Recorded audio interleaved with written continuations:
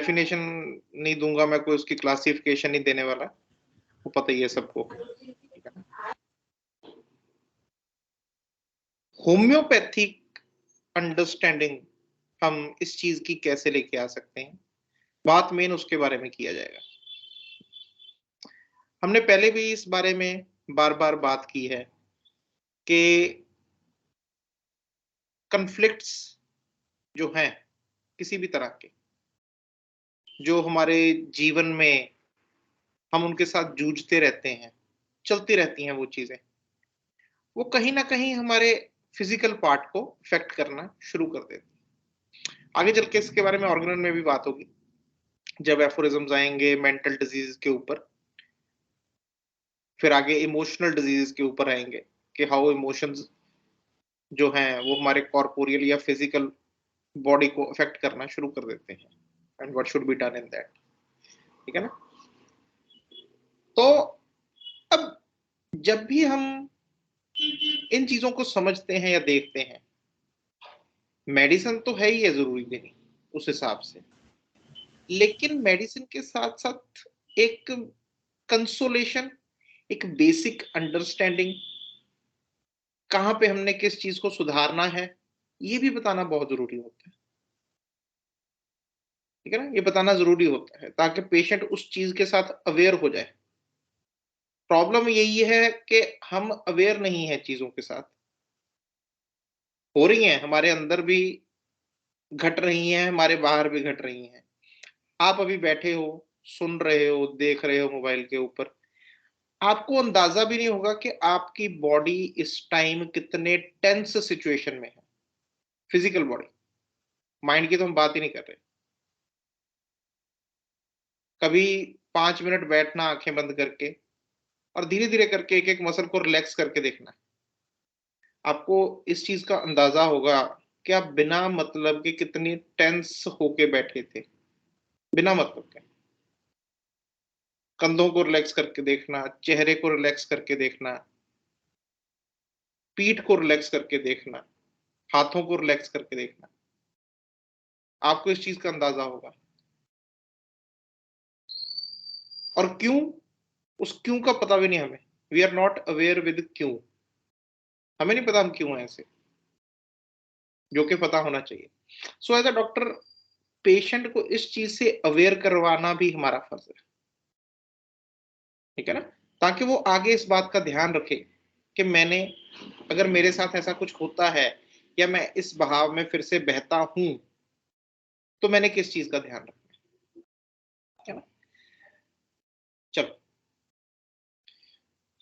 Autoimmune disorders के बारे में बात करेंगे, उसके पहले गिल्ट के बारे में बात करेंगे।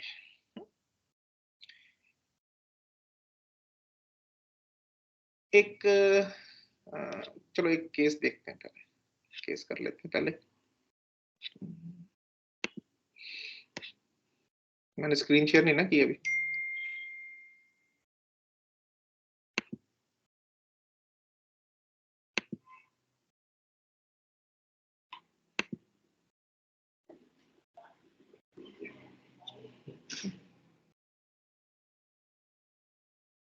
शायद आप में से कुछ लोगों ने केस देखा हो, शायद कुछ लोगों ने ना देखा हो। एक मिनट।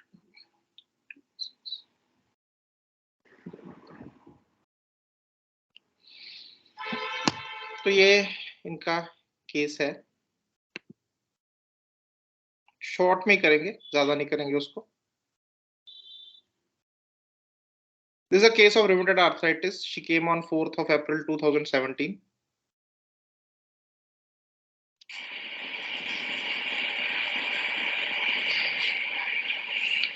बाह ऊपर कितनी कुंदे ठीक कर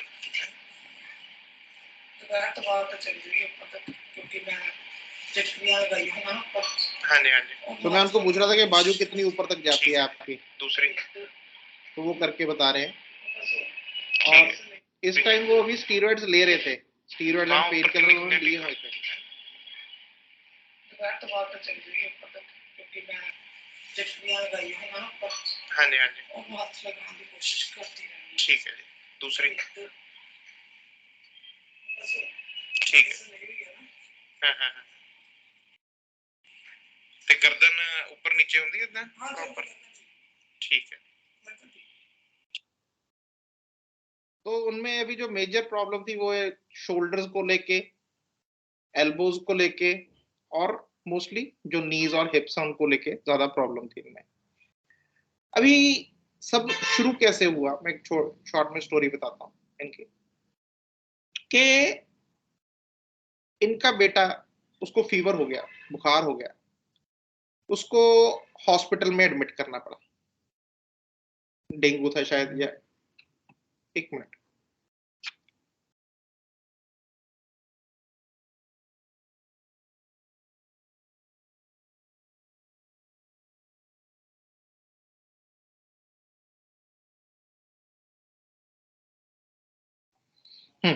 तो उसको डेंगू फीवर हुआ एंड उनको हॉस्पिटल में एडमिट किया गया। एडमिट करने के बाद कुछ दिनों के बाद, है ना, 15 महीने पहले की बात है, her son was down with fever. When fever not subsided for 5 days he was admitted to hospital. So after 2 days of treatment, fever was not there, and the son told the patient that he wanted to go home. 2 दिन treatment हुआ, उसके बाद बेटे ने बोला कि मेरे को घर पे ले जाओ, क्योंकि उसकी एक कभी 2 महीने की बेटी हुई थी और उसको था कि मैं उसके पास रहूं, कोई हेल्प की जरूरत होती है वाइफ को, या ना। डॉक्टर्स ने उसके अगेंस्ट ही एडवाइस किया था कि अभी मत लेके जाओ, हमारे पास ऑब्जर्वेशन में रहने दो इसको। लेकिन इनसे, जो पेशेंट हैं, इनसे वो बेटे का देखा नहीं जा रहा था, तो उन्होंने बोला कि ठीक है, अभी कोई बात नहीं, अगर कुछ होगा तो फिर से ले आएंगे। तो उन्होंने उसको डिस्चार्ज करवा के घर पे ले गए। सो फॉर 1 week हर सन वाज गुड, बेटा बिल्कुल ठीक रहा। लेकिन एक हफ्ते के बाद क्या हुआ कि उसको फिर से बुखार हुआ और वो एकदम से अनकॉन्शियस हो गया। उसको हॉस्पिटल में ले जाया गया, ठीक है ना, जहां पे डॉक्टर्स ने बताया कि उसको कोई कन्वर्जन आया है, और उसके बाद वो कोमा में चला गया। 3 दिन आईसीयू में रहा और वहां पे उसकी डेथ हो गई, ठीक है ना। 4 months later, she started getting pains in neck and shoulder, and they started extending to arms, elbows, and then fingers and back, along with the stiffness. तो उसके इंसिडेंट के 4 महीने के बाद ये सारी कुछ स्टिफनेस और ये पेन सारे स्टार्ट हो गए।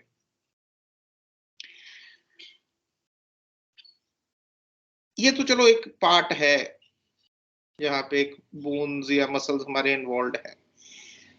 ऑटो इम्यूनिटी क्या होती है कि when the immunity is against our self, जब हमारी इम्यूनिटी हमारे अगेंस्ट हो गई, ठीक है ना। एक जनरल डेफिनेशन है ऑटो इम्यूनिटी की।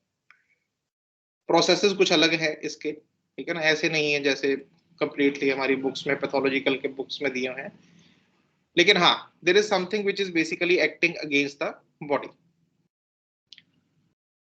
जब भी ऑटो इम्यूनिटी की बात करनी है हमने, वहां पे आप हमेशा पाओगे, जहां पे भी ऑटो इम्यून डिजीज चल रही है, कोई भी डिसऑर्डर चल रहा है, कि गिल्ट वहां पे जरूर कहीं ना कहीं एक पीछे छुपा हुआ होता है, और वो सडनली नहीं डेवलप हुआ होता।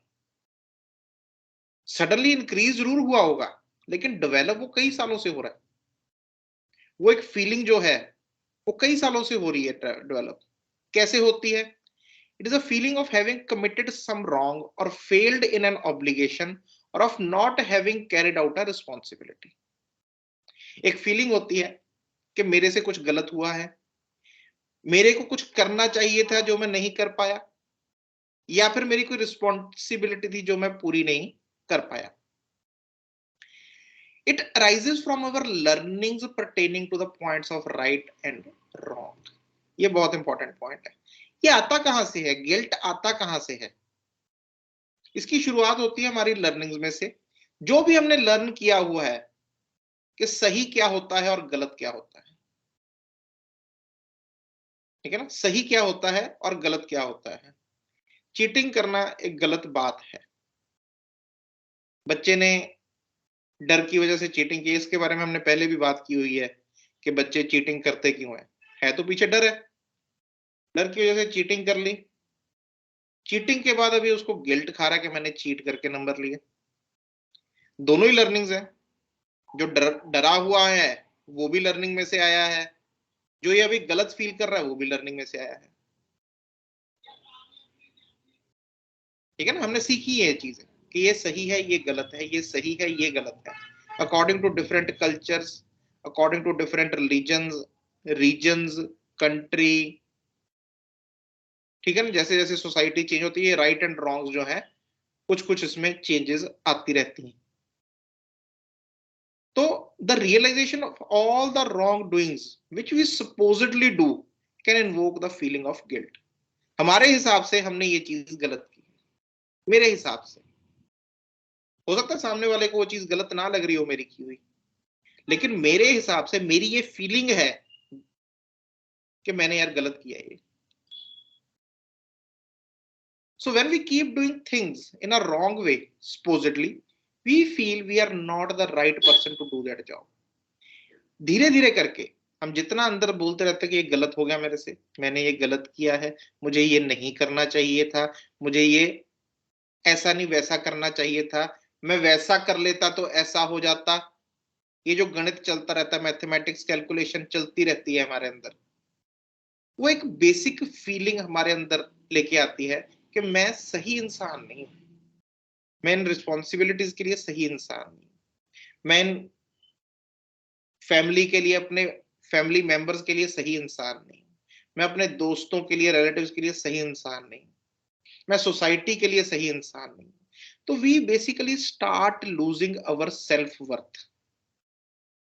जितने भी लोग गिल्ट बहुत इजीली महसूस करते हैं, आप कॉमनली पाओगे, कॉमनली, कि उनमें जो एक वर्दीनेस होती है ना, कि हाँ मैं ये हूं, या मैं ये अच्छे से कर लेता हूं, या I am worth this thing और दैट थिंग। एक सेल्फ वर्थ होती है हमारे अंदर, हमें पता होता है कि मैं ये चीजें करने के लायक हूं, वो कम होती जाती है।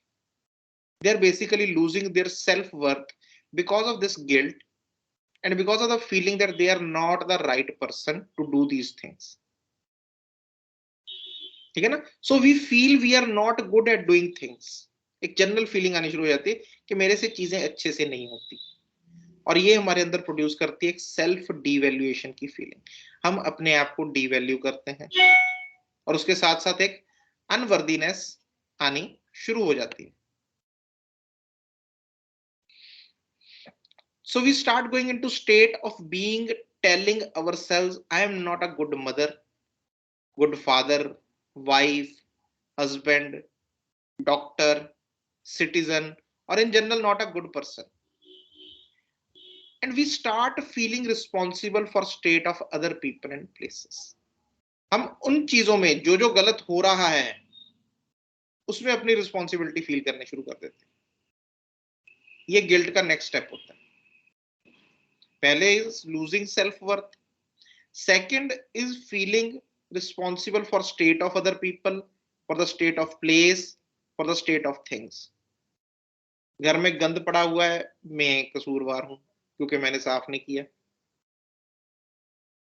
कोई चीज गलत हो रही है, मैं कसूरवार हूं क्योंकि मैंने उसको सही तरीके से नहीं किया।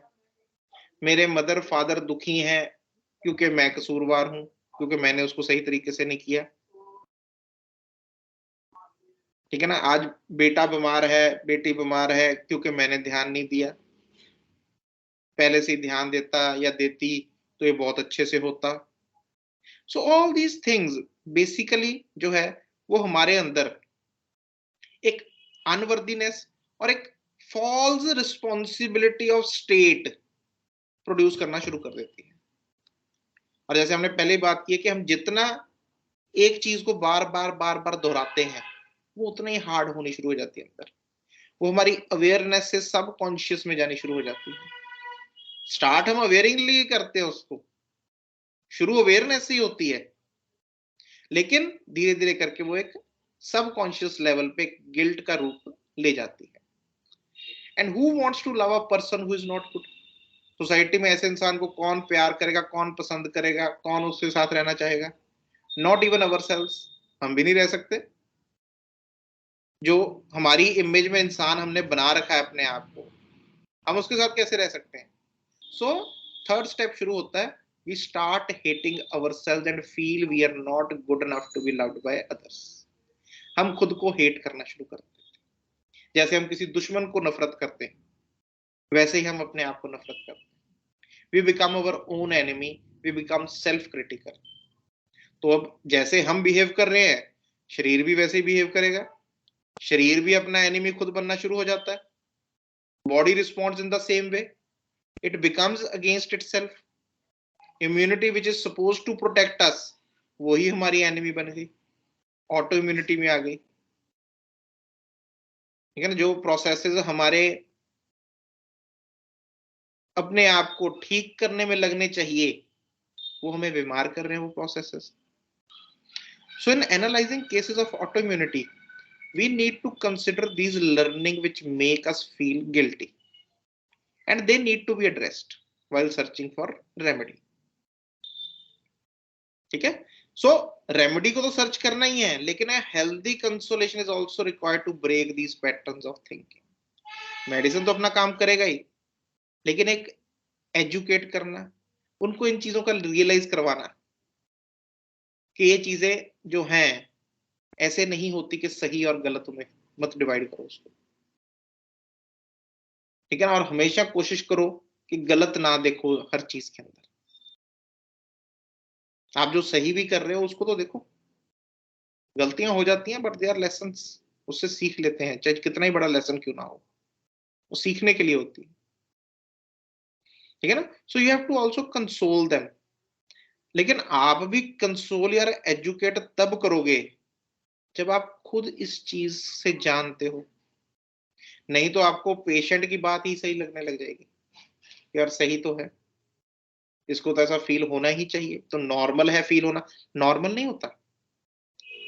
पहली बात, ये कभी नहीं कहना कि ये फील करना नॉर्मल है। कॉमन हो सकता है लेकिन नॉर्मल नहीं है तो अब नॉर्मल ही है। वो एक डिजीज प्रोसेस को जन्म दे रहा है, हाँ कॉमनली हो सकता है, but again if something is common does not mean it is normal और हेल्दी। वो तो नहीं जरूरी। ठीक है ना, हम कॉमनली लोगों की गलतियां निकालते हैं, तो नॉर्मल थोड़ी है, चाहे वो गलत भी है, ये नहीं बात। कोई गलत है उसकी गलती निकालनी है, कोई नॉर्मल नहीं है, कॉमन है। लेकिन निकालते क्यों है? क्योंकि अंदर से एक इंपल्स होती है, एक इच्छा होती है, एक डिजायर होती है टू बी क्रिटिकल। गलती निकालो इसकी, जहां पे भी गलत है कोई। ठीक है ना, सो नॉर्मल और कॉमन में ये डिफरेंस हमेशा रखना है, ये हमेशा याद रखनी बात। ठीक है, इनके ऊपर आते हैं बाद में। ठीक है ना, so angry disposition from childhood. चलो, अब मेन में एक्चुअली जो करना चाहिए मैं उसी पे जा रहा हूं मैं ज्यादा, क्योंकि हमने ऑर्गेनन का भी करना है। सो अगेन एक अप्रोच कैसी होनी चाहिए? एक सेल्फ डिवेल्यूशन की स्थिति बनी हुई है। We need to ask about how she felt devalued in case of her son's death. यहाँ पे गिल्ट और डिवेल्यूएशन या ये सब क्या चलता रहा? तो उन्होंने बताया कि whenever I use to see my daughter in law, जब भी मैं अपनी बहू को देखती हूँ या अपनी पोती को देखती हूँ, I feel so bad that I am responsible for what has happened to them. आगे बात रिस्पॉन्सिबिलिटी की। ठीक है ना, उनको यही लगता रहता कि मैं इसकी ये हालत के लिए रिस्पॉन्सिबल हूं। ठीक है ना, my granddaughter is going to grow up believing that I have killed her father. मैं, मेरी जो पोती है वो बड़ी होगी, उसको ये बात जब समझ में आएगी कि मैं रीजन हूं कि उसके फादर की डेथ कैसे हुई, क्योंकि मैं उसको हॉस्पिटल से ले आई वापस। अगर वो हॉस्पिटल में होता, अगर फिर ये बात के अगर ऐसा होता अगर वैसा होता, ठीक है ना, अगर हॉस्पिटल में होता तो शायद बच जाता। So I am the reason why everybody is in pain. My husband, my other son, उनका जो छोटा बेटा था, my daughter in law, everybody, ये सब जो आज दुख भोग रहे हैं, ये सब जो आज दर्द भोग रहे हैं, उसका कारण मैं। सो हैज, मैं आगे पूछा कि has anybody said you all this thing, कि भी ये आपकी वजह से हुआ, किसी ने आपको ब्लेम किया या कुछ और ऐसे? भाई किसी ने किया कुछ नहीं है कहा, वो तो उल्टा बोलते हैं कि भगवान की जैसी मर्जी है वैसा ही होना है। लेकिन मुझे सबकी आंखों में दिखता है, मैं किसी से आंखें नहीं मिला पाती, ठीक है ना। सो एक क्रिमिनल है कोई, किसी ने क्राइम किया, क्रिमिनल नहीं लेकिन किसी ने क्राइम कमिट किया है, उसकी एक साइकोलॉजी क्या होती है जब वो सोसाइटी में आता है। किसी ने कोई क्राइम कमिट किया हुआ है, चाहे वो कोई जेल से आया है, क्राइम कमिट किया हुआ है, तो उसकी अंदर साइकोलॉजी क्या होती है बेसिकली। एक साइकोलॉजी होती है कि लोग मुझे पसंद नहीं करते, नफरत करते, क्योंकि मैंने एक क्राइम कमिट किया हुआ। और ये होता है सोसाइटी में, सोसाइटी में जो क्रिमिनल्स हैं उनको एक्सेप्ट नहीं करते लोग। किसी ने कोई क्राइम कमिट किया उसको एक्सेप्ट नहीं करते, उसको एक नीची नजर के साथ देखा जाता है कि ये अच्छा इंसान नहीं, ठीक है ना। सो ऐसी ही फीलिंग आनी शुरू हो जाए कि लोग मुझे नफरत करते हैं क्योंकि मैंने एक बहुत बड़ा गुनाह कर दिया है, मैं किसी के साथ आंखें मिलाने के लायक नहीं हूं, मैं शर्मिंदा हूं, मेरे को शर्म आ रही है कि मैंने ये चीज की। सो उनकी ये फीलिंग थी as if she had committed a crime. ये हमारी गिल्ट का पार्ट है, गिल्ट दिमाग में बनी हुई है, हमने बनाई। सो एक तो और रूब्रिक लेके उनको हमने लेकेसिस दी थी, और ये अराउंड एक हफ्ते बाद की ही वीडियो है उनकी, 4 अप्रैल 11 अप्रैल की वीडियो उनकी वाली। ओके वेरी गुड, नीचे भी कर मैं तो ऐसे क्यों कहीं जाता था तो पहले कैसे था? पहले तो मुंह तक नहीं आता। मैं उनको पूछ रहे पहले कैसे था आपका, अभी कैसे, तो पहले तो मुंह तक नहीं हाथ आता था, अभी तो मैं पूरा घुमा लेती हूँ। आराम है? पानी पीना मुश्किल था। मैं अभी तो मैं खड़े होकर भी बताती हूँ आपको। ओके, थोड़ा सा यहाँ से फटता भी, कभी ऐसा ये हटता, कभी कभी दोनों ऐसे, बाकी ठीक है। वेरी ठीक है, वेरी ठीक है ना। तो उन्होंने दवाइयां वगैरह भी तब बंद कर दी थी सब, एवरीथिंग वाज स्टॉप्ड। मेरे ख्याल से और एक हफ्ता उन्होंने मेडिसिन ली होगी, प्लेसिबो ही दी इसके बाद, और उसके बाद वो आई भी नहीं। ठीक है, उनका बेटा आता है, बाद में बेटा आना शुरू हुआ तो उनसे पूछते रहते थे भी कैसे हैं, बहुत बढ़िया, भाग रहे हैं, फिर रहे हैं, घूम रहे हैं, ठीक है ना। तो मेडिसिन क्या दी, लेक्सिस दी, चलो उनको, ठीक है ना, बात की बात है क्या दी। मैं जो मेन पॉइंट यहाँ पे आपको बताना चाहता हूँ, ठीक है ना, वो ये है कि this guilt has to be taken into consideration जब भी हम मेडिसिन दे रहे हैं। कोई भी हम ऐसी मेडिसिन ना दें इन केसेस में जिनमें गिल्ट स्ट्रॉन्ग फीचर नहीं है, ठीक है ना। हमारे कुछ रूब्रिक्स भी हैं, ऑटो इम्यून डिस्पोजिशन है, ठीक है ना, जैसे एंजाइटी ऑफ कंसाइंस है। एंजाइटी ऑफ कंसाइंस हमारी एक कंसाइंस है, हमारी एक जमीर है जिसको हम बोलते हैं, अंदर एक चीज है, हमारे अंदर माइंड की एक सेटिंग है जमीर को लेके कि ये चीजें गलत हैं और ये सही है। उस चीज की हमेशा एक एंजाइटी रहेगी अंदर कि मेरे से कहीं किसी का गलत ना हो जाए, मेरे से कहीं किसी के साथ बुरा ना हो जाए, हाय मैंने उसके साथ ये गलत तो नहीं कर दिया, कहीं उसके साथ बुरा तो नहीं कर दिया, कहीं वो बेचारा बुरा तो नहीं मान गया होगा मेरी इस चीज का, कहीं उसको हर्ट तो नहीं हुई होगी मेरी ये चीज। और उसके बारे में बैठते सोचते रहना, उसकी एक एंजाइटी लगी रहनी। तो एक कुछ रेमेडीज हैं हमारी उसमें, ठीक है, मैंने थोड़े रेमेडीज लिए, और भी हैं मेडिसिन, लेकिन ये जो मेन रेमेडीज हैं। फिर ऐसे ही anxiety of conscience, unpardonable sin feels she has done and will be eternally lost, chelidonium है हमारे। अनपार्डनेबल सिन, अब अगर सिन को देखा जाए, पाप,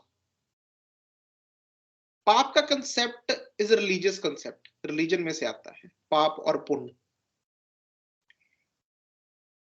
तब तक पाप करने की फिक्र नहीं होती जब तक पुण्य करने की इच्छा ना हो कि पुण्य करना है, क्योंकि उस पुण्य में से कुछ मिलेगा,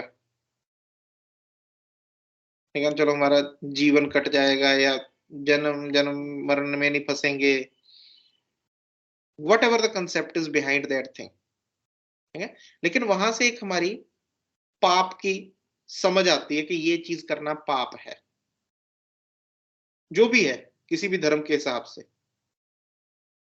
ठीक है, जनरली यही डिफरेंशिएशन होती है, ये पाप है और ये पुण्य है। ठीक है, तो कोशिश करें भी पाप ना करें और पुण्य करते रहें। So everyone who will think in this way, वो रिलीजियस तो होगा ही होगा, एक रिलीजियस कंसेप्ट जरूर होगा पीछे, जो भी इस तरह से सोचता है। क्योंकि पाप और पुण्य का कंसेप्ट आता ही रिलीजन में से है और कहीं से नहीं आता। It is not coming from social learnings, it is not coming from some kind of intellectual learnings, वो एक रिलीजियस कंसेप्ट है और वहीं से ही आएगा। ठीक है ना, तो जो भी इस तरह से सोचता है तो उसमें साथ में ये भी देखना है कि पीछे इसका जो है it is more religious affections साथ में, क्योंकि उसी में से आ सकती है ये चीज। ठीक है,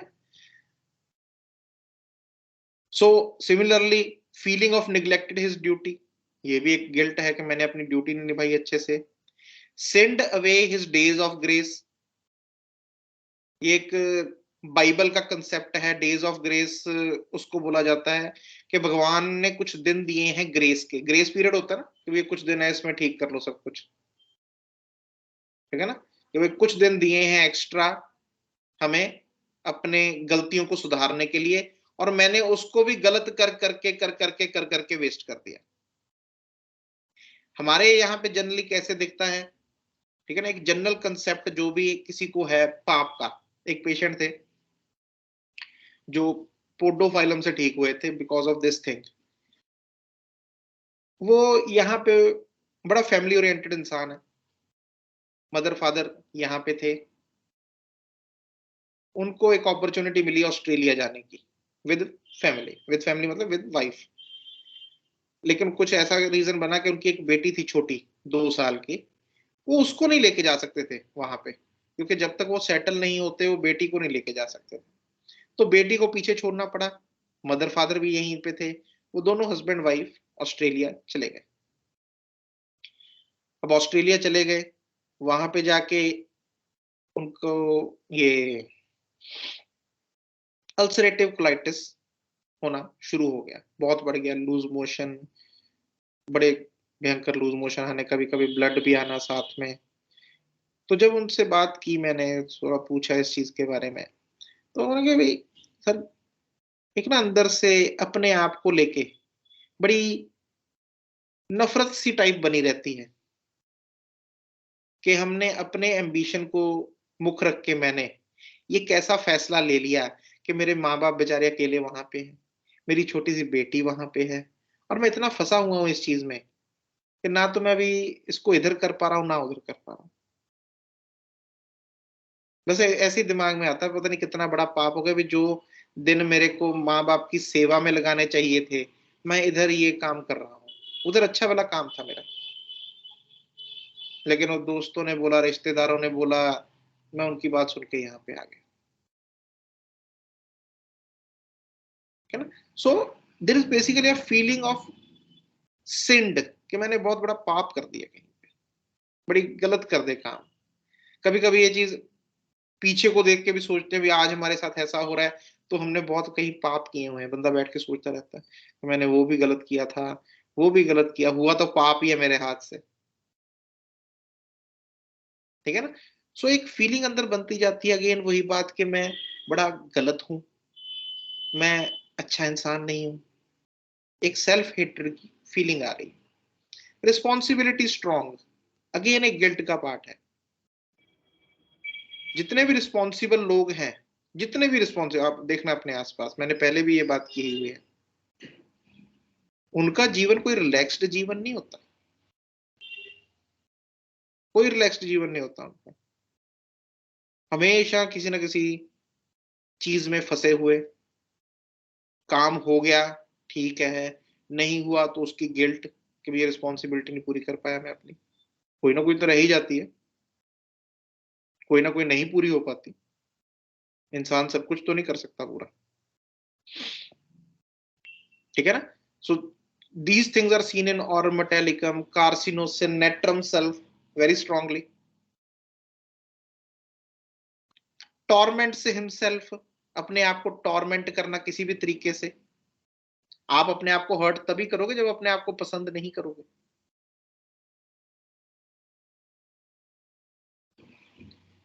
feeling that he has done something wrong, again feeling committed a crime, ये सब चीजें एक गिल्ट का एस्पेक्ट दिखाती हैं। और भी हो सकते हैं रूब्रिक्स इसमें आ सकते हैं, लेकिन ये नहीं कि भाई इन्हीं रूब्रिक्स में हमने हर ऑटोइम्यून डिजीज को ढूंढते रहना है। लेकिन हाँ, एक हमारा दिमाग उस हिसाब से चलना चाहिए, ठीक है, कि जब भी हम ऑटोइम्यून डिसऑर्डर्स को देख रहे हैं, हम इस गिल्ट के पार्ट को ना छोड़ें कहीं पे भी, उसको और पूछें वो क्या वर्ड्स यूज करते हैं, वो क्या फीलिंग्स दिखाते हैं। सामने देखना बहुत जरूरी है। एक पेशेंट है, आप मेरे को जवाब दीजिएगा इसका, अभी कुछ दिन पहले ही आए, मैंने उनसे पूछा, फॉलोअप है, आए फॉलोअप के लिए, मैंने उनसे पूछा कि हाँ जी क्या हाल है आपका, मेरी वीडियो आ रही है ना, आपको दिख रही है मेरी वीडियो?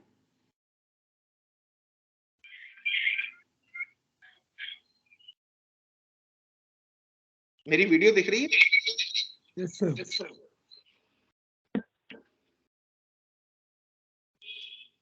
विजिबल है सर वीडियो। अच्छा, तो हाँ, तो मैंने उनको पूछा जी क्या हाल है आपका, मेरा चेहरा देखिएगा, उन्होंने कैसे किया नहीं आराम तो नहीं। अच्छा, आपकी बैक एक कैसे है? नहीं सर वो आराम नहीं है जी उसको। तो फिर मैंने पूछा कि यूरिन की प्रॉब्लम थी आपकी, वो कैसे है? सर वो भी वैसी है जी। फिर मैंने एक दो और पूछा, नहीं सर वो सब वैसी है जी, कुछ किसी चीज को फर्क नहीं पड़ा उसमें। ये क्या है, क्या है ये?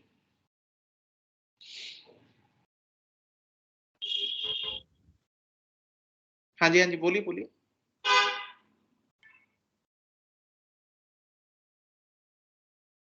शाइनेस। ठीक है चलो, शाइनेस। और लेकिन नॉर्मली वो सही बात करते हैं।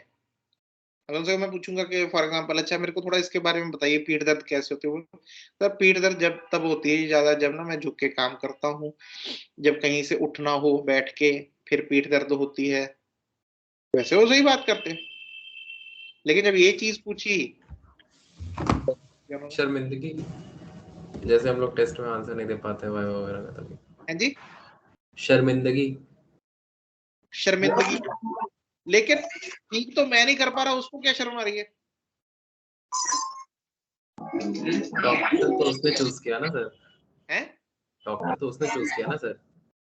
नहीं, डॉक्टर तो जो उसने पहले भी चूज किया होगा, डॉक्टर तो उसने उसी ने चूज करना है, ठीक है ना? लेकिन ठीक तो मैं नहीं कर पा रहा, वो क्यों शर्मिंदगी महसूस कर रहा है? उसने क्या किया?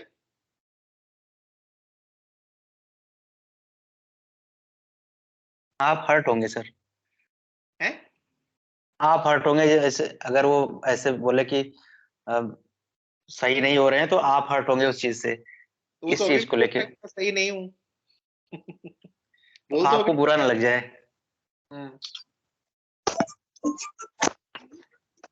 अब इसी बात की बात है, मेरे को बुरा ना लग जाए, ठीक है ना? वो शर्मिंदगी महसूस कर रहा है इस चीज में। Anxiety conscious. नहीं, एंजाइटी कॉन्साइंस नहीं है ये, इस चीज को समझिए, दिस इज नॉट समथिंग जो कॉमन बिहेवियर हो। कॉमनली क्या होता है, बंदा बोलता है जी मेरे को नहीं ठीक है, कुछ लोग आके थोड़ा एंजाइटी भी दिखाते हैं, कब ठीक होगा, कैसे ठीक होगा, उन्होंने बड़े आराम से पेशेंटली ऐसे ही करते रहते हैं। ये एक डिस्पोजिशन का पार्ट है, ये बिहेवियर का पार्ट है, इसको समझना है हमने, ठीक है ना? आपने बोला शर्मिंदगी, बहुत सही बोला आपने, ठीक है ना? हाँ, किसी ऐसी बात पे शर्मिंदगी हो जिसपे होनी चाहिए, अलग बात है, लेकिन उल्टा हो रहा है काम, काम तो उल्टा हो रहा है, वो तो बेचारा है ही बीमार है, उसको क्यों शर्मिंदगी हो कि ठीक नहीं हो पा रहा? These are basically embarrassed constitutions, ऐसी कॉन्स्टिट्यूशन जो एम्बेरस्ड बड़ी जल्दी हो जाती है। कोई आके नहीं बोलेगा आपको भी मैं एम्बेरस्ड फील करता हूं जी, आपको सामने दिखेगा, ऐसे डिस्पोजिशन में दिखेगा, उसके बिहेवियर में दिखेगा कि इस बात के ऊपर क्यों एम्बेरस्ड फील कर रहा है। चलो कॉमनली एम्बेरसमेंट होती है, कोई एम्बेरसमेंट वाली बात हो, ठीक है ना, कोई कॉमनली एम्बेरसमेंट वाली बात हो, होती है, समझा भी जा सकता है भी कॉमन चीज है, ये तो कॉमन नहीं है। कोई आके इस बात पे एम्बेरस फील कर रहा है कि वो ठीक नहीं हो रहा, ठीक है ना। So you have to take strong consideration about this thing कि हमें वैसी दवाई देनी है जो एम्बेरस्ड फील करती है इजीली। तो अगेन आपको ये चीजें खुद देखनी है, और देखनी कैसे है वो मैं आपको हमेशा बताता हूं कि उसके लिए हमें उस चीज को पढ़ना पड़ेगा, पढ़ के समझना पड़ेगा भी पेशेंट मेरे को कैसे दिखाएगा ये चीज। ये हमारी मेंटल एक्सरसाइज है, करते रहना उसको। कुछ ऐसा दिख गया आपको कि ये क्या है, उसके बारे में पढ़िए, सोचिए कि क्या है, ठीक है ना। जैसे मैंने अभी आपको ये एक एग्जांपल बताई, वैसे ही कोई गिल्ट में है इंसान, कोई इंसान शर्मिंदगी में है, उसकी आंखों में दिखती है वो गिल्ट और शर्म, तो हमने देखना है सामने उसको, बातों बातों में वो बात बोल जाते हैं, पकड़नी हमने है, पकड़ लेना और उसके ऊपर ही हमने देखना है उस चीज को। So this guilt factor always look for it, लोग बोलेंगे इसके बारे में, उनके अपने हाव भाव होंगे, उनको अच्छे से देखना है हाव भाव भी कैसे बयान करते हैं बात, ठीक है। चलिए अभी हम अपना ऑर्गेनॉन का पार्ट शुरू करते हैं।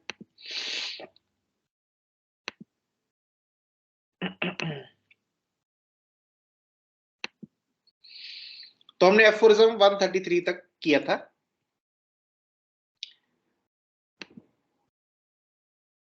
हमारे प्रूविंग्स के ऊपर चल रहे हैं aphorisms.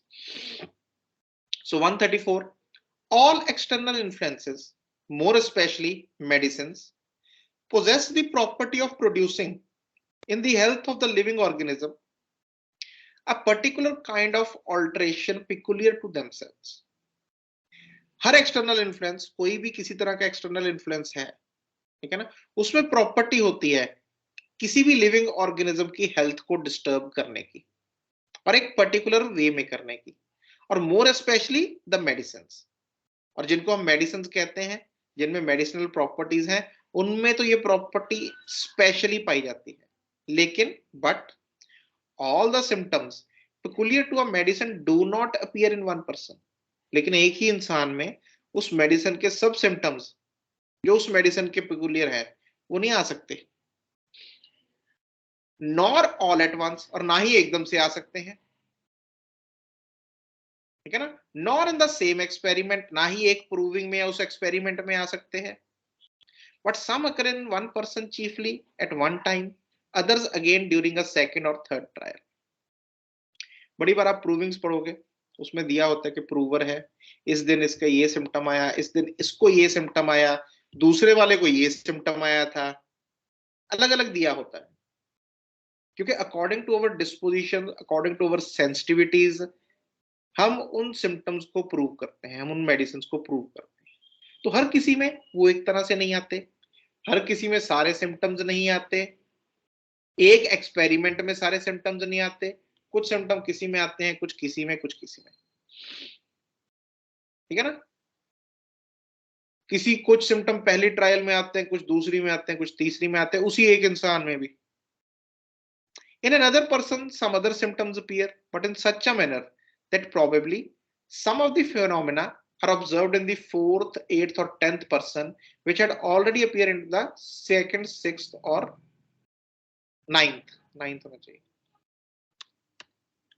9th person and so forth. Moreover, they may not reoccur at the same hour, ठीक है ना। तो ये उसी घंटे के ऊपर नहीं रिएकर होंगे कि जैसे जी पिछले बंदे को दवाई दी थी, 3 घंटे में ये सिम्टम आ गया। एवरी एक्सपीरियंस इज न्यू, और ये सिर्फ प्रूविंग की बात नहीं है, पेशेंट्स में भी ऐसी है। मैंने आपको बोला जी ये आर ए का केस है, 1 हफ्ते में ऐसी हो गई, 2 हफ्ते में वो बिल्कुल ठीक हो गई, उसके बाद उसने पता नहीं, लेकिन हर आर ए के केस में नहीं होता ऐसे। It will not recur like this in every patient, हर किसी की अपनी सेंसिबिलिटी, और ना ही हर लैकेसिस के केस में ऐसे होगा ये भी है,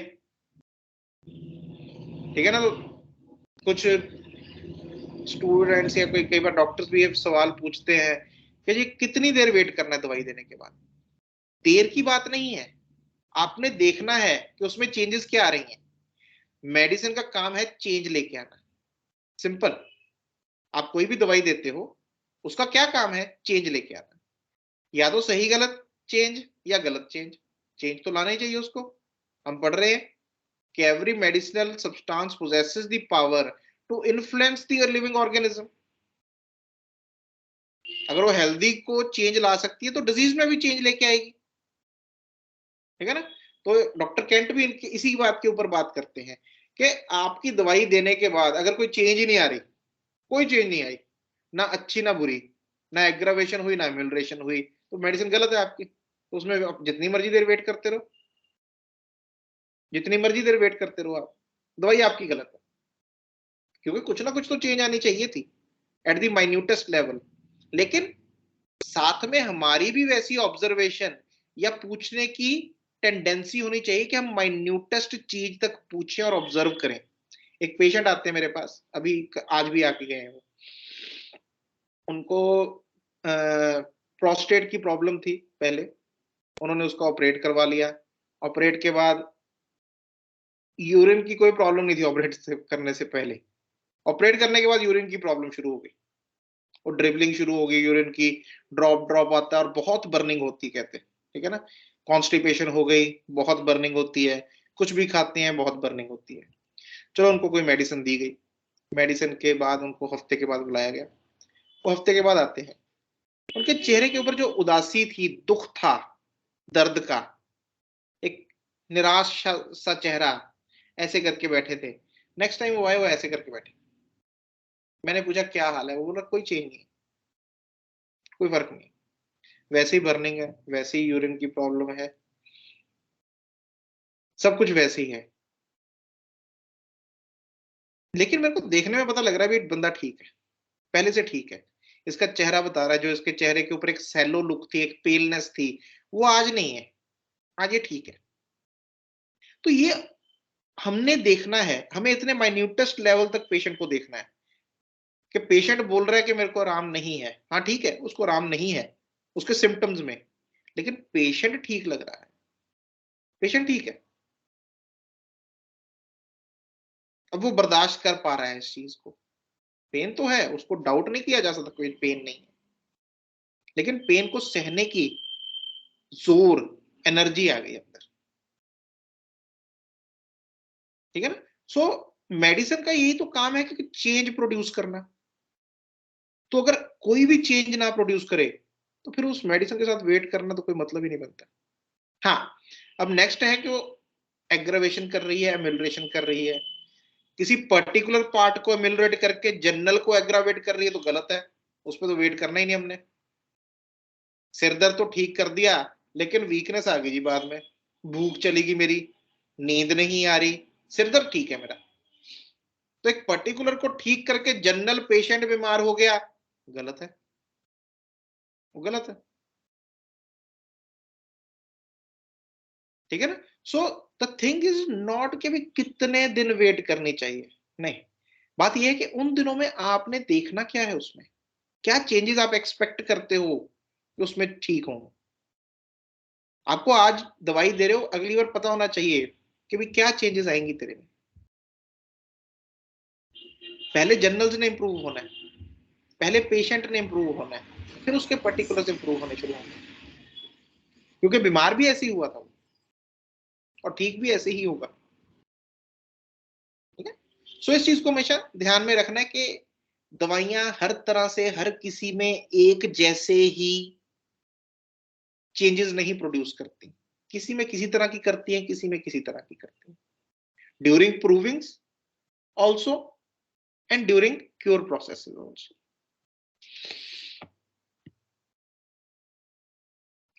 So next aphorism, the whole of the elements of disease a medicine is capable of producing can only be brought to anything like completeness by numerous observations on suitable persons of both sexes and of various constitutions.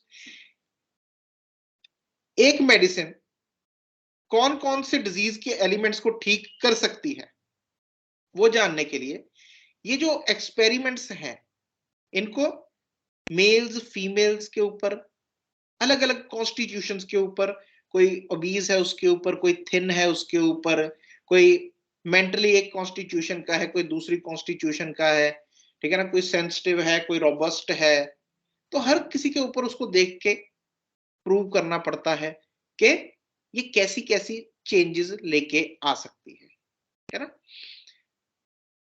We can only be assured that a medicine has been thoroughly proved in regard to the morbid state it can produce, that is to say, in regard to its pure powers of altering the health of man, when subsequent experimenters can notice little of a novel character from its action. बोल रहे कि हम उस time assure हो सकते हैं कि हमारा एक्सपेरिमेंट पूरा हो गया, हमने मेडिसिन थॉरोली प्रूव कर ली, सिर्फ तब जब सिम्टम्स, जब भी हम नए एक्सपेरिमेंटर को मेडिसिन दे रहे हैं तो जो सिम्टम्स हैं वो भी दोबारा से वही वाले पुराने वाले रिपीट होने शुरू हो गए और कोई नया सिम्टम नहीं निकल के आ रहा. ये वाले सिम्टम हमने पहले देख चुके हैं तो वही वाले अभी रिपीट हो रहे हैं. पिछले कुछ समय से कुछ नए डॉक्टर्स प्रूविंग करते हैं, उनके पास तो पहले इतना टाइम ही नहीं होता कि वो प्रूवर को अच्छे से जान सकें, देख सकें कि आगे आएगा भी प्रूवर कैसा होना चाहिए. किसी को भी मेडिसिन देके आप रेमेडी प्रूव नहीं कर सकते, सिर्फ अपने आप को देके भी नहीं कर सकते. आपकी एक कॉन्स्टिट्यूशन है, आपकी एक पर्टिकुलर सेंसिबिलिटी है, आप उसके ऊपर अगर कर भी लोगे तो पूरी तरह से नहीं होगी वो. लेकिन ऐसी प्रूविंग्स की किताबें छप जाती हैं जो आने वाले बच्चों को मिसगाइड करती हैं दवाइयों के बारे में. इस दवाई में ये है जी, ये है जी, और इतनी सुपरफिशियल. आप एक बार प्रूविंग ऐसी जो मॉडर्न प्रूविंग्स हैं कुछ डॉक्टर्स की, उनको कंपेयर करके देखना डॉक्टर हैनेमन की प्रूविंग्स के साथ, मटीरिया मेडिका प्योर हो, कितने डिटेल में एक एक चीज दी हुई है डॉक्टर हैनेमन ने, एक एक चीज. और इसीलिए वो बोलते थे कि भाई ये बहुत इंपॉर्टेंट पार्ट है होम्योपैथी का, and it should not be done carelessly. उन्हें एक छोटी सी छोटी चीज का भी यहाँ बताया हुआ है कि भाई आप कब कहोगे कि आपका एक्सपेरिमेंट पूरा हो गया, ये दवाई मैंने अच्छे से प्रूव कर ली. कब होगा कि जब वही वाले सिम्टम दोबारा रिपीट होने शुरू हो जाए आगे सब. तो इसका मतलब हमें आगे भी करनी है, 5 7 10 लोगों में प्रूविंग करनी है. उन 10 लोगों में हमें कोई भी नया सिम्टम नहीं मिल रहा जो ऑलरेडी हम देख चुके हैं, फिर हम बोलते हैं कि भाई हाँ जी ये प्रूविंग हो गई है पूरी. और ये जो नई प्रूविंग्स आ रही हैं, न्यू प्रूविंग, ये प्रूविंग वो प्रूविंग, 4 लोगों के ऊपर करके, अपने आप के ऊपर करके, this is not a proving, this is not a proving. ठीक है, तो गुमराह नहीं होना जीवन में कभी भी. इसीलिए मैं बोलता हूँ कि ऑर्गेनन को सीखो, समझो. आपको ये जो पार्ट है इससे पढ़ के इतना समझ में आ जाएगा कि मैंने किताबें कैसी पढ़नी है होम्योपैथी में. एक है इमेजिनेशन से बनी हुई, एक है प्योर एक्सपेरिमेंट से बनी हुई चीज जो होते हुए देखा गया है. एक है इमेजिनेशन से, ये अच्छा ये दवाई है, ये इसका नाम है, ये करेक्टर, चलो ऐसी होगी कर दो जी. ये कोई होम्योपैथी थोड़ी है. मसालेदार बना देते उस चीज को, कहानियां डाल के. मेंटल्स कैसे हुए जी डेवलप, वो मसालेदार चीज फिर बंदा पढ़ता है, मिलता नहीं कभी भी ऐसा. आप मेंटल लेने बैठो तो सही एक बार, प्रैक्टिकली जो डॉक्टर्स हैं कितने मेंटल निकाल लेते हैं, कितने मेंटल रूब्रिक्स या उनके जीवन की जर्नी हम निकाल लेते हैं एग्जैक्टली सही शब्दों में, और वो कितनी सच्ची है. वो इंसान तो खुद से सारी उम्र झूठ बोल रहा है, आपसे कैसे सच बोलेगा वो तो खुद से झूठ बोलता आ रहा है कि मैं ऐसा हूं, मैं वैसा हूं, मैं वैसा हूं, ये दुनिया ऐसी है वैसी है. वो तो खुद रियलिटी को नहीं जानता जीवन की, वो आपको कैसे सच बताएगा. और आप तो पहली बार मिल रहे हो उसको, आपको कैसे बता देगा सारा कुछ.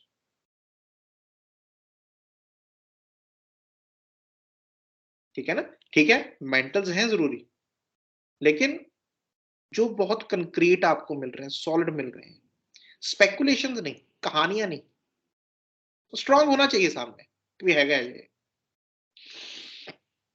And almost always only the same symptoms as had been already observed by others, ठीक है ना। और वैसे ही सिम्टम हमने पहले भी देखे हुए हैं, वही बार बार निकल के आ रहे हैं, तो फिर हम वहां पे फुल स्टॉप लगा देते हैं जी, इस मेडिसिन की ये प्रूविंग पूरी हो चुकी है, अभी उसमें कुछ और नया जानने लायक बचा नहीं। Although, as has been said, a medicine on being proved on healthy subjects cannot develop in one person all the alterations of health it is capable of causing, but can only do this when given to many different individuals varying in their corporeal and mental constitutions. Yet the tendency to excite all these symptoms in every human being exists in it.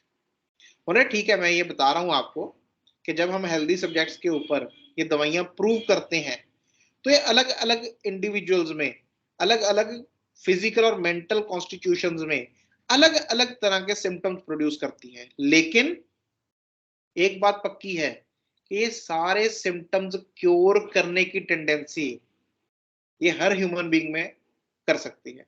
उसके लिए ये नहीं है भी ऐसी constitution होगी तो उसी में ये वाला सिम्टम ठीक होगा, नहीं, वो किसी भी कॉन्स्टिट्यूशन का अगर ये वाला सिम्टम प्रेजेंट है तो ये दवाई उसको ठीक करेगी according to an eternal and immutable law of nature, by virtue of which all its effects, even those that are but rarely developed in the healthy person, are brought into operation in the case of every individual if administered to him when he is in a morbid state presenting similar symptoms. तो कैसा भी इंसान है, वो diseased state में है, morbid state में है, और वो ये वाले सिम्टम्स दिखा रहा है, तो हो ही नहीं सकता कि ये दवाई उसके ये सिम्टम्स को रिमूव ना करे।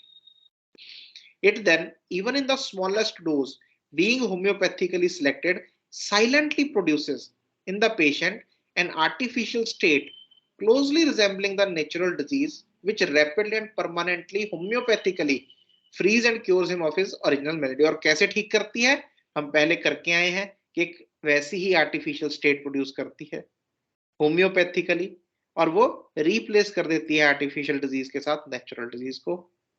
और मेडिसिन का क्योंकि एक्शन थोड़ी देर के लिए होता है, तो वो जो आर्टिफिशियल डिजीज है, वो जो स्टेट बनी हुई है, वो अपने आप से खत्म होनी शुरू हो जाती है, और ऐसे करके जो पेशेंट है वो हेल्दी हो जाता है and cures him of his original malady. The more moderate within certain limits the doses of the medicine used for such experiments are. अब एक्सपेरिमेंट में उन्होंने ये भी बताया भी डोजेस कैसी होनी चाहिए, है ना, मॉडरेट अमाउंट ऑफ डोज होनी चाहिए एक्सपेरिमेंट्स में, provided we endeavour to facilitate the observation by the selection of a person who is lover of truth. कैसा होना चाहिए हमारा person, who is basically a lover of truth. Prover कैसा होना चाहिए, जो सच्ची बात से प्यार करता हो, सच्चाई से प्यार हो उसको। Temperate in all respects, temperate मतलब एक सेल्फ कंट्रोल होना चाहिए हर तरह से उसका अपने ऊपर। ऑफ डेलिकेट फीलिंग्स, जो फीलिंग्स हैं उनकी डेलिकेसी को समझने लायक होना चाहिए, एहसास को समझने लायक होना चाहिए, ठीक है ना। Who can direct the most minute attention to his sensation, और वो अपनी छोटी से छोटी सेंसेशन के ऊपर अपनी अटेंशन लेके जा सके भी ये मेरे साथ हुआ है, उसका ध्यान जाए, ये नहीं बेहोशी में तुरा फिर रहा है, वो ख्याल उसका है नहीं, ध्यान उसका है नहीं, तो वो क्या बताएगा बिना ध्यान दिए। So much the more distinctly are the primary effects developed, and only these which are most worth knowing occur without any admixture of secondary effects or reactions of the vital force. और अगर कोई ऐसा इंसान है और उसको हम moderate amount में डोजेस देते हैं, तो एक परफेक्ट जो प्राइमरी इफेक्ट्स हैं मेडिसिन के, बिना सेकेंडरी इफेक्ट्स के मिक्सचर के या रिएक्शन ऑफ वाइटल फोर्स के मिक्सचर के, वो निकल के आते हैं। लेकिन अगर हमारी डोजेस ज्यादा हो जाए, when however excessively large doses are used, और ये क्योर के टाइम पे भी है, क्योर के टाइम पे भी ऐसे ही है, आगे भी आएगा, उसके एफर्ट्स आएंगे। we start with the smallest minute of the doses, minutest dose से स्टार्ट करो, तो आप पूरे 1 बूंद मुंह में डाल दीजिए, 2 बूंद मुंह में डाल दी, बात पे डॉक्टर साहब ने बोला था 4 बूंदे ले लिया करो दवाई की। 4 बूंदे, 4 बूंदों में पता नहीं कितने हजार ग्लोब्यूल बन जाते हैं। ठीक है ना। सो स्टार्ट विद द जो स्मॉलेस्ट डोज है उससे स्टार्ट कीजिए। Are used there occur at the same time not only a number of secondary effects among the symptoms but the primary effects also come on in such hurried confusion। और ये होता है आपके patient में, ऐसे होगा। अभी मैं कुछ दिन पहले ही एक ऐसा ही इंसिडेंट निकल के आया। पेशेंट को मेडिसिन दी, कोशिश तो यही होती है स्मॉलेस्ट डोज दी जाए, लेकिन पेशेंट की सेंसिटिविटी भी होती है बीच में। उसके सिम्टम्स तो कुछ आराम आया उसको, लेकिन नए सिम्टम आ गए। वो नए सिम्टम आ गए। नए सिम्टम क्या थे? वो मेडिसिन के सिम्टम्स थे। उनको नेट्रमसल दी गई थी, तो नेट्रमसल के कुछ स्ट्रॉन्ग सिम्टम्स उनमें निकल के आ गए। अब इसमें क्या होता है, आप थोड़े दिन वेट करो, वो सिम्टम्स रिसीड बैक हो जाते हैं। ठीक है ना। या बड़ी बार पुराने जो सिम्टम्स, उनकी एग्रावेशन बड़ी स्ट्रॉन्ग हो जाती है लार्ज डोजेस के साथ, and you can not afford such aggravations in very sensitive cases. कोई इंसान कोमा में पड़ा है, कोई डेथ बेड पे पड़ा है, या किसी को स्किन की बड़ी भयंकर प्रॉब्लम हुई है, वो तो एग्रावेशन वैसे ही नहीं बर्दाश्त कर पाएगा इंसान। कोई पेनफुल स्टेट है, कोई कैंसर का केस है, वहां पे तो एग्रावेशन बर्दाश्त नहीं कर पाएगा वो। ठीक है ना। So these large doses can basically create aggravations also. नए सिम्टम्स भी निकाल के लेके आ सकती हैं। इम्प्रूविंग्स अगर लार्ज डोज दी जाए तो जो प्राइमरी सिम्टम है और सेकेंडरी इफेक्ट्स हैं वो दोनों मिक्स हो जाते हैं। ठीक है ना। But the primary effects also come on in such hurried confusion and with such impetuosity that nothing can be accurately observed. So यहाँ पे डॉक्टर हैनेमन ने यही बात बोली कि जहां पे ऐसी कंफ्यूजन है, कहीं पे ऐसे गलती हो गई है, जहां पे ऑब्जर्वेशन एक्यूरेटली नहीं की जा सकती, उनको मत डाल दो सिम्टम्स के रूप में, क्योंकि आपने पता भी ये गलत चल रहा है, ये नहीं है ऐसे। Let alone the danger attending them, which no one who has any regard for his fellow creatures and who looks on the meanest of mankind as his brother will deem an indifferent manner। मतलब जो सब fellow creatures को अपना भाई समझता है, Mankind को अपना भाई समझता है, वो किसी को भी ऐसे डेंजर में नहीं डालेगा कि लार्ज डोजेस के साथ प्रूविंग करके कोई ऐसे सिम्टम निकाल दिए जाए जो बहुत सीवियर हो अपने आप में। नेक्स्ट पार्ट, ये लास्ट एफोरिज्म हम करेंगे आज। इसमें कुछ पॉइंट्स हैं प्रूविंग के तो चलो है, लेकिन साथ में हमारी केस टेकिंग में, हमारी प्रिस्क्रिप्शन में इनका कितना असर होता है वो बहुत जरूरी है। All the sufferings, accidents and changes of the health of the experimenter during the action of medicine, provided the above conditions, जो कि 124 से 127 में दी गई हैं, essential to a good and pure experiment are complied with। ठीक है ना। Pure experiment चल रहा है, एक्यूरेटली चल रहा है, are solely derived from this medicine। तो एक्सपेरिमेंट में कोई भी सफरिंग होती है, उसको, उसकी हेल्थ में कोई भी चेंज होता है, या उसका किसी भी तरह का एक्सीडेंट होता है, एक्सीडेंट भी लिखा हुआ है, ये सब इसी मेडिसिन के एक्शन के अंदर आएंगे। एक्सीडेंट्स रैंडमली नहीं होते। अगर रैंडमली होते होते या उसकी कोई खास वजह होती तो कभी भी होते रहते ऐसे हमारे साथ। अगर आप अवेयर हैं, अगर आप अलर्ट हैं, तो आपके साथ एक्सीडेंट नहीं होंगे। देयर आर सम रीजंस कि एक्सीडेंट्स हैपन। और अगर किसी का बार बार होता जाता है, for example there was a patient long back, lady थी वो उनके घर में कूलर था, बोली पता नहीं कूलर मेरे सिर में कितनी बार बज गया। वही कूलर है, एक ही जगह पे लगा हुआ है, बोले लेकिन 15-20 बार मैंने उससे चोट खा ली, कभी सामान उठाते हुए, कभी नीचे से ऊपर उठते हुए, वह मेरे सिर में आके लगता है। ये क्या है? कितनी बार आपने सुना है भैया एक ही जगह से किसी ने इतनी बार चोट खाई हो एक ही चीज के साथ? तो ये इंडिकेट करता है कि हमारा पनिशमेंट सेंटर कहीं ना कहीं वीक हो गया। बॉडी अपने आप ही कॉशियस हो जाती है इन चीजों के लिए। आप एक बार पौड़ी सीढ़ियों से स्लिप कर जाओ, अगली बार उतरते हुए आप कॉशियस हो गए कि मैं पिछली बार किया था, अगली बार क्या आप अगले आने वाले 10 सालों तक कॉशियस रहोगे अगर पनिशमेंट सेंटर अच्छे से काम कर रहा है, वो रखेगा आपको कॉशियस कि ये पॉइंट से ऐसे करके मैं गिरा था, तो ध्यान रखना है, पकड़ के उतरना है।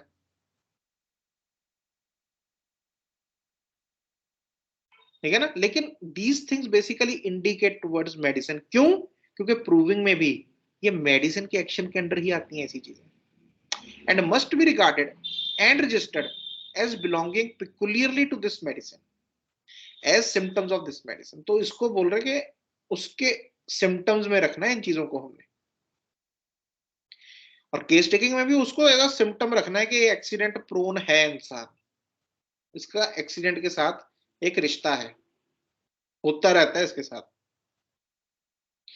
Even though the experimenter had observed a considerable time previously, और ऐसे ही सफरिंग्स को भी, कोई फिजिकल सफरिंग है जो बार बार हो रही है, कोई मेंटल सफरिंग है जो बार बार हो रही है, कोई इंसान है उसको हर जगह से धोखा ही मिलता है, तो ऐसा क्यों अभी ये स्पेशल रखा हुआ है इसके लिए धोखा? कोई इंसान है उसकी सबके साथ लड़ाई हो जाती है, मेरे साथ तो ये सब लड़ पड़ते हैं, वो ये नहीं बोलते कि मैं लड़ पड़ता हूँ सबके साथ, मेरे साथ तो ये सबकी लड़ाई हो जाती है, सब लड़ पड़ते हैं मेरे साथ, तो ये सब क्यों लड़ पड़ते हैं तेरे साथ? ठीक है ना? सो दीज सफरिंग्स, इनको भी हमने कंसिडर करना है कि इसके साथ ये इंडिकेशंस है हमारी मेडिसिन की। क्यों? क्योंकि प्रूविंग्स में भी ये चीज आई है, and they have been regarded as the कि ये इसी मेडिसिन के अंडर बिलोंग करती हैं ये सब चीजें। Even though the experiment had observed a considerable time previously the spontaneous occurrence of similar phenomena in himself, even अगर उस एक्सपेरिमेंट के साथ पहले भी ये चीज हो चुकी है और अब मेडिसिन के बाद फिर से हुई है, तो भी इसको मेडिसिन के एक्शन के अंडर रखना है। The reappearance of these during the trial of the medicine only shows that this individual is, by virtue of his peculiar constitution, particularly disposed to have such symptoms excited, क्योंकि इसकी peculiar constitution है और ये disposed है कि इसमें ऐसे symptom excite हो, और मेडिसिन जब दी गई उसको तो उसने वो सिम्टम उसमें एक्साइट कर दिया। In this case they are effect of the medicine, so ये मेडिसिन का ही इफेक्ट है।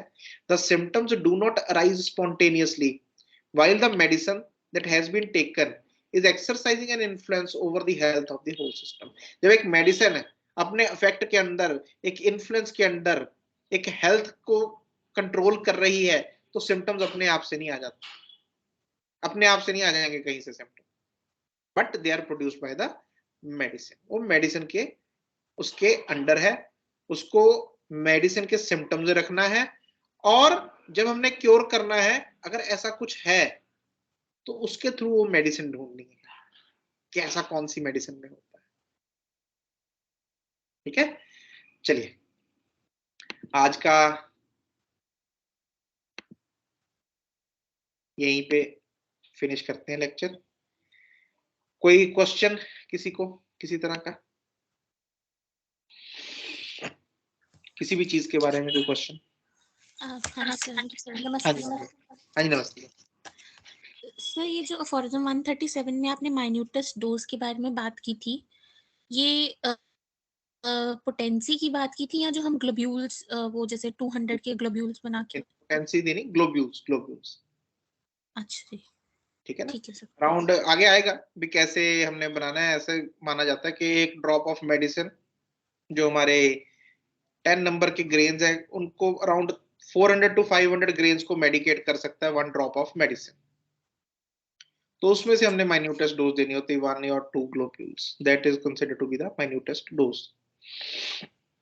और अगेन, एक अफोरिज्म, हाँ जी, हाँ जी, हाँ जी, अफोरिज्म 136 में जो उन्होंने बोला था हैनीमैन सर ने कि ये लॉ के अकॉर्डिंगली वो सिम्टम्स क्लियर हो जाएंगे, वो ये था कि अगर कॉन्स्टिट्यूशन डिफरेंट हो बट उस कॉन्स्टिट्यूशन में वो पर्टिकुलर सिम्टम हो तो वो क्लियर हो जाएगा। नहीं मैं समझे, एक मिनट।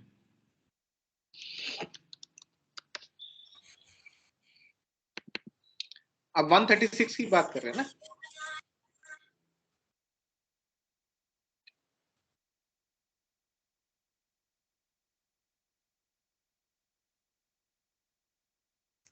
So 136 aphorism. हाँ, एक मिनट।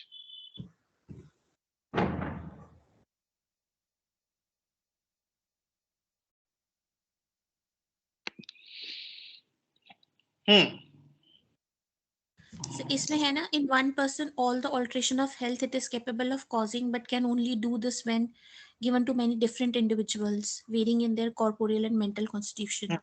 मतलब अगर constitution different है but उसमें वो symptom same है, नहीं ये तो ना जो पहला पार्ट है कि ऑल्दो हैज बीन सेड, ठीक है ना, यहाँ से शुरू करो। बोले ये बात मैंने पहले ही कर दी है पिछले एफोरिज्म में, उसको रिपीट कर रहे हो पिछले वाली। जो पहला पार्ट है, ठीक है ना, उसमें वो पुराने एफोरिज्म की बात को ही रिपीट कर रहे हैं, although as has been said, ठीक है ना। मैंने पिछले एफोरिज्म में 135 में ये ऑलरेडी बात कर चुका हूं कि जो मेडिसिन है वो अलग अलग कॉन्स्टिट्यूशंस को देनी चाहिए, अलग अलग सेक्सेस को देनी चाहिए, क्योंकि वो हर किसी में सारे सिम्टम्स नहीं प्रोड्यूस कर सकती। तो सारे सिम्टम्स को अगर हमने देखना है तो हमने वो चीज देखने के लिए हमें अलग अलग कॉन्स्टिट्यूशंस को देनी पड़ेगी, अलग अलग लोगों को देनी पड़ेगी। तो यहाँ पे सिर्फ वो ये बोल रहे हैं 136 में कि although as it has been said a medicine on being proved on healthy subjects can not develop in one person all the alterations of health. उन्हें मैंने पहले ही बता दिया कि कोई भी दवाई जब हम उसको प्रूव करते हैं तो एक इंसान में सारी ऑल्टरेशंस नहीं दिखा सकती, सारे डिजीज या सारे सिम्टम्स वो एक ही इंसान में नहीं दिखा सकती during proving, but can only do this when given to many different individuals. और वो ये तभी दिखा सकते हैं जब हम डिफरेंट इंडिविजुअल्स को दें जो कि वेरी करते हैं their corporeal and mental constitutions, ठीक है ना। ये पुरानी बात ही है, ये जो है यहाँ तक, ठीक है ना। जो इस एफोरिज्म की बात है वो यहां से शुरू होती है, yet the tendency to excite all these symptoms in every human being exists. लेकिन टेंडेंसी टू एक्साइट, ये सारे सिम्टम्स को एक्साइट करने की टेंडेंसी उसमें है, उसमें ये पावर है कि ये सब सिम्टम्स को एक्साइट करे हर ह्यूमन बीइंग में। उसने प्रूविंग में किसी ह्यूमन बीइंग में कोई दिखाया, किसी में कुछ दिखाया, किसी में कुछ दिखाया, लेकिन वो जितने भी सिम्टम्स दिखाए वो विद इन उसकी पावर आते हैं कि ये सब सिम्टम्स वो ठीक कर सकती है according to an eternal and immutable law of nature by virtue of which all its effects, even those that are but rarely developed in a healthy person, वो सिम्टम जो बहुत रेयरली देखे गए थे किसी से हेल्दी पर्सन की proving में, are brought into operation in the case of every individual if administered to him when he is in a morbid state. For example, किसी को इग्निशिया देती है आपा, ठीक है ना, इग्निशिया को कोई सिम्टम है जो सिर्फ एक या दो पेशेंट में देखा गया 50 पेशेंट्स में से ड्यूरिंग प्रूविंग, पेशेंट नहीं, ड्यूरिंग 50 प्रूविंग्स वो सिम्टम एक या दो पेशेंट में ही देखा गया। तो वो जो एक या दो सिम्टम में एक सिम्टम देखा गया वो भी इग्निशिया के अंडर ही है, वो भी उसकी पावर में आता है। और वैसा ही सिम्टम अगर किसी डिजीज्ड इंडिविजुअल में देखा जाए और उसके ऊपर उसको इग्निशिया दी जाए तो वो सिम्टम को ठीक करने की और पेशेंट को ठीक करने की पावर रखती है। इसका ये मतलब है यहाँ पे, ऑल्दो हमने किसी कॉन्स्टिट्यूशन में वो सिम्टम देखा, किसी में नहीं देखा, लेकिन जितने भी देखे वो सब उसी की पावर के अंडर आते हैं। Yet the tendency to excite all these symptoms in every human being exists in it. Her human being में ये वाले सिम्टम एक्साइट करने की, और आगे चल के बोलते हैं कि जब मॉर्बिड स्टेट में प्रेजेंटिंग सिमिलर सिम्टम्स, ऐसे ही सिमिलर सिम्टम प्रेजेंट होते हैं, it then even in the smallest dose being homeopathically selected silently produces in the patient an artificial state, ठीक है ना, and frees and cures him of his original malady. और उस जो original malady है, original diseased state है, उसको इसी सिम्टम्स के ऊपर से वो उसको ठीक कर सकती है, ठीक है ना। सो येट के पहले जो है सारा पार्ट जो है पहले का, ये तो पुराना ही है पिछले एफोरिज्म का, पिछले दो एफोरिज्म्स का 134 और 135 का, ठीक है। तो उसके बारे में सिर्फ वो रिपीट करें कि मैंने ये बात कर दी है पहले ऑलरेडी, लेकिन ये जो है उसमें ये है 136 में मेन ये बताया गया कि किसी भी तरह के डिफरेंट कॉन्स्टिट्यूशन में सिम्टम्स आए हों, किसी भी तरह के लोगों में वो सिम्टम्स आए हों, लेकिन वो सब सिम्टम्स इग्निशिया के हैं, वो सब सिम्टम्स पर्टिकुलर मेडिसिन के हैं।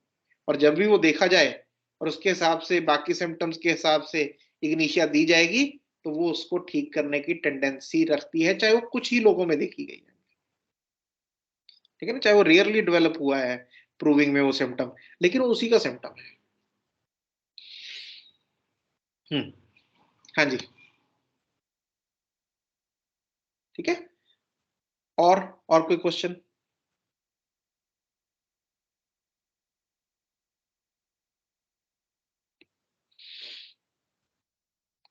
चलिए फिर इसके साथ क्लास को समाप्त करते हैं। ये जो हम बातें करते हैं, कोई केस की बात होती है या ये होती है, थोड़ी देर बैठ के ना इसके बारे में सोचा कीजिए, इसको पार्ट ऑफ योर थिंकिंग बनाइए। हम सुन लेते हैं, लेकिन वो सुना हुआ तब तक फायदेमंद नहीं होता जब तक हम उस चीज को पार्ट ऑफ थिंकिंग ना बना लें। मैंने ऑर्गेनल जब हमने शुरू की थी, मैंने आपको पहली बार बोला था कि ऑर्गेनल आपको समझ में आएगी जब आप एक फील के साथ पढ़ोगे। जो डॉक्टर हनेमन की फील थी लिखते समय, क्या फील थी? कि कुछ ऐसा दे जाऊं दुनिया को कि लोग ठीक हो जाएं। बीमारी बहुत है, बीमार लोग बहुत हैं, मैं कुछ ऐसा कर जाऊं जिसको पढ़ के कुछ फिजिशियंस पेशेंट्स को ठीक कर सकें। ये उनकी फीलिंग थी। ऐसी ही फीलिंग के साथ जब हम इसको पढ़ते हैं, इसको प्रैक्टिकल पार्ट में लेके आते हैं, तो ये जो शब्द है ना, अभी तो शब्द हैं, अभी तो मैंने बोले हैं, आपने सुने हैं, डॉक्टर हनेमन ने लिखे हैं, हमने उनके शब्दों के बारे में बात की है। जब वो हम उस फील के साथ काम करते हैं और वो शब्द सच्चे होने शुरू हो जाते हैं, फिर वो एक्सपीरियंस बनता है। मैंने पहले ही बात की कि इन शब्दों को सच बनाना ये हमारा काम है। वो तो लिख गए कि फिजिशियन का high and only mission is to cure the sick to health. शब्द है, सच बनाना हमारा काम है। वो काम तभी हो सकता है जब हम उस फील के साथ, उस इमोशन के साथ जुड़ के लग जाए, फिर बनती है वो फील। फिर आपको दिखेगा, छोटे छोटे केस में भी वो चीज सच्ची होती दिखेगी। ठीक है ना? So make it part of your thinking process, your thought process. फिर होम्योपैथी आपको बड़ी आसान लगने लग जाएगी। नहीं तो तब तक फिर मुश्किल ही लगती है, क्योंकि वो जो बेसिक क्रक्स है वो हमने छोड़ा हुआ है। हम सिर्फ किताबों के ऊपर हैं, हम सिर्फ केस देखना चाहते हैं, हम सिर्फ ये देखना चाहते हैं इस बीमारी में कौन सी। ये तो बोला ही नहीं उन्होंने। हनीमन सर के केस हैं कहीं पे दिए हुए हैं, हार्डली 1 या 2 होंगे। उनके ना बताने का रीजन ये था कि मैं ये केस इसलिए नहीं बताता कि मुझे पता तुम लोगों ने क्या करना है उसका केसों का। डॉक्टर हनीमन गैस्ट्राइटिस में ये दवाई देते थे, ये हो जाएगा शुरू। इसीलिए उन्होंने अपनी फिलॉसफी बताई है कि भाई इस हिसाब से काम करो, केस कोई भी हो, पेशेंट कोई भी हो, इस हिसाब से काम करो। ठीक है ना? सो उस चीज को एक धीरे धीरे करके हमारा थॉट प्रोसेस, थिंकिंग का प्रोसेस बनाते रहिए। हम जो ऑर्गेनल में पढ़ते हैं उसको भी, अब आज आपको ये पढ़ के ये तो पता लग जाएगा भी कौन कौन सी मटेरियल मेडिका की किताबों से मैंने दूर रहना है, ये तो लग जाएगा पता। ठीक है ना? तो हर चीज सिखा रही है उनकी, हर शब्द उनका सिखाता है। हम ऐसा माइंडसेट बनाएं, हम ऐसी जगह पे आ जाएं, ऐसी स्पेस पे आ जाएं कि उनसे सीखते रहें, फिर सारी उम्र सिखाते रहेंगे वो। चलिए, थैंक यू वेरी मच। ठीक है, अच्छा अच्छा पढ़िए, अच्छा